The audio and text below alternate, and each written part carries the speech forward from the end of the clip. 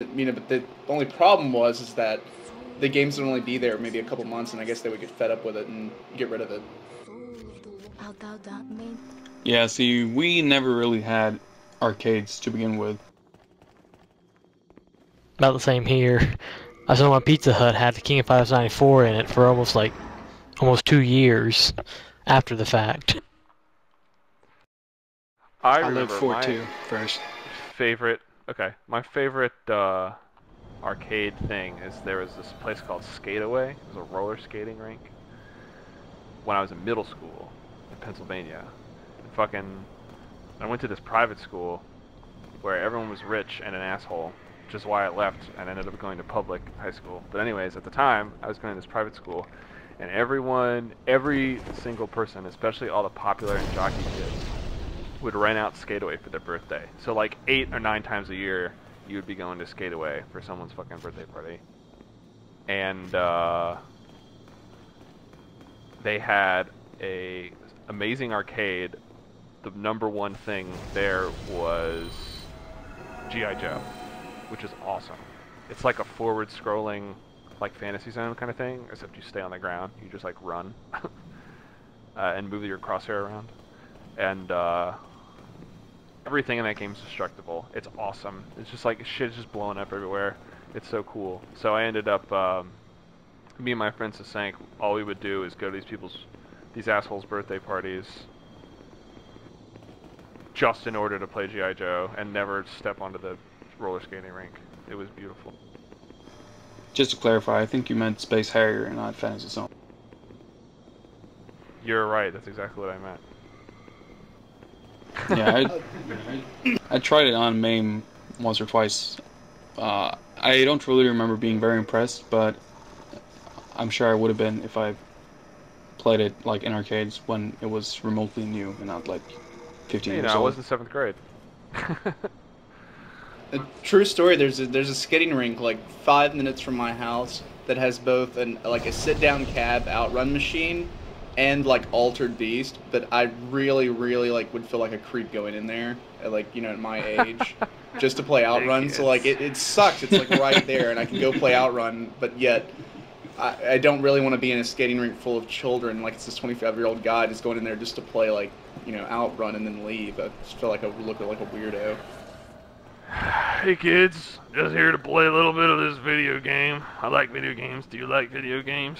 Video games are fun. I got video games in my van. You want to come and get some video game? Screw social standards. I agree. Just go play some Outrun, dude. Don't let anyone judge you. We had that at our skating rink. Actually, there is an arcade close to here that used to have a fully working stun runner machine, which apparently is actually really rare these days because the cabs were often gutted for parts or something. So I know in Club it says it's one of the rarest cabs available or whatever.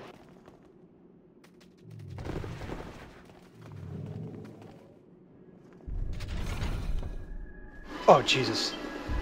My bad. It's okay. I'm going to make the roll. I'm going to live through this.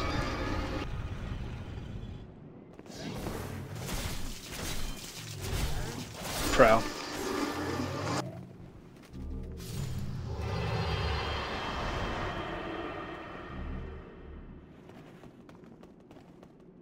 Yeah, what is it about, arcades? They used to be everywhere. I mean, I know why, but they used to be everywhere, and now they're relegated to these backwaters where only children are, supposed to be allowed to go.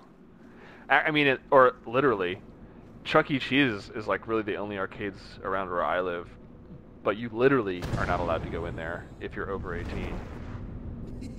Don't hold it And against me, eh? and don't have kids with you. Take your time, You're Scarface. forbidden. They won't let you in. Then I'll sell every last trinket off your call. Yeah, there is an arcade in my mall, but the only games there are just racing games, a Deal or No Deal game, a bunch of basketball and stuff like that, and a Soul Calibur 2 machine, and that's it. It's just Yeah, Sweden About the just same as my mall. not even a Daytona machine. I mean, come on. Sweden just doesn't have arcades. Period. Even in the Actually, 80s? like, yeah. See, I've been told, like, from my oldest brother, he's 10 years older than me, and I'm 25. He would tell me, like, not really about like arcades and everything, more like there are certain games that he had played in like arcades when he was younger. Like, um, there were certain like console games would get, and he tell me that he had played the arcade version. Like, he would tell me that the arcade version of Strider has actual voices in the cutscenes and stuff. And like, I showed him how to use MAME to play like Shinobi and whatever games it was that he had played when he was younger. So I think like back in the 80s, or maybe up until sort of the late 80s, early 90s maybe, um, you could at least find arcade games. I don't really think there were arcades as such. It's probably like you would find these games in, yeah, like a restaurant or whatever. Um, but they pretty much, by the mid 90s or late 90s, were completely gone. And I've been told that, Sorry. from what I understand, part of the reason, that arcades don't exist anymore is because there's some really, really weird, like laws surrounding, like arcade game machines and everything. Basically, in the eyes of the law, arcade games are the same thing as like slot machines, and there's like it's really complicated, and I can't be bothered to explain it. But basically, if you want to run an arcade or like have a publicly available arcade game, you have to pay like ridiculous amounts of money in like tax and license fees and all kinds of stuff. So basically, it's impossible to run an arcade if Goddamn you have nanny machines states, that are games and not Scandinavians. like slot machine. Whatever happened to freedom? It costs money.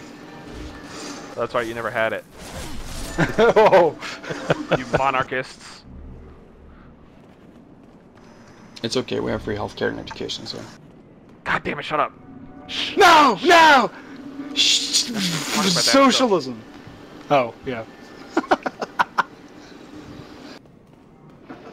Well, that's like in New York City. I remember like when pinball first came around. Apparently, pinball was Dark Silver, banned from the city because of laws regarding gambling and saying it was like a gambling machine and stuff like that. So that's something that's happened in the U.S. before.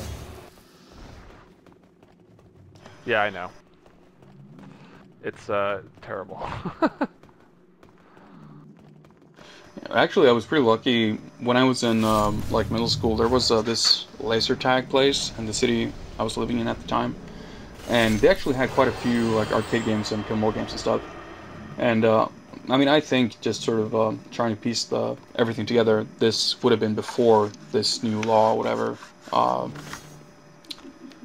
was like put into place. But they would have like quite a few arcade games, and they would change them out fairly frequently. And I mean, looking back, they actually had some games that at the time must have been pretty new.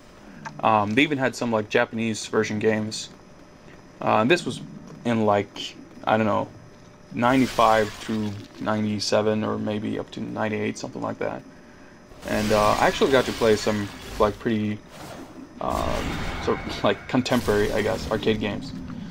And in that sense, I've had more like arcade access than I think a lot of people my age in Sweden. But it's not like we ever had like arcades around, and you could sort of see how arcades disappeared in like the last 10 or 15 years, or whatever. It's we've never really had any kind of arcade culture to speak of.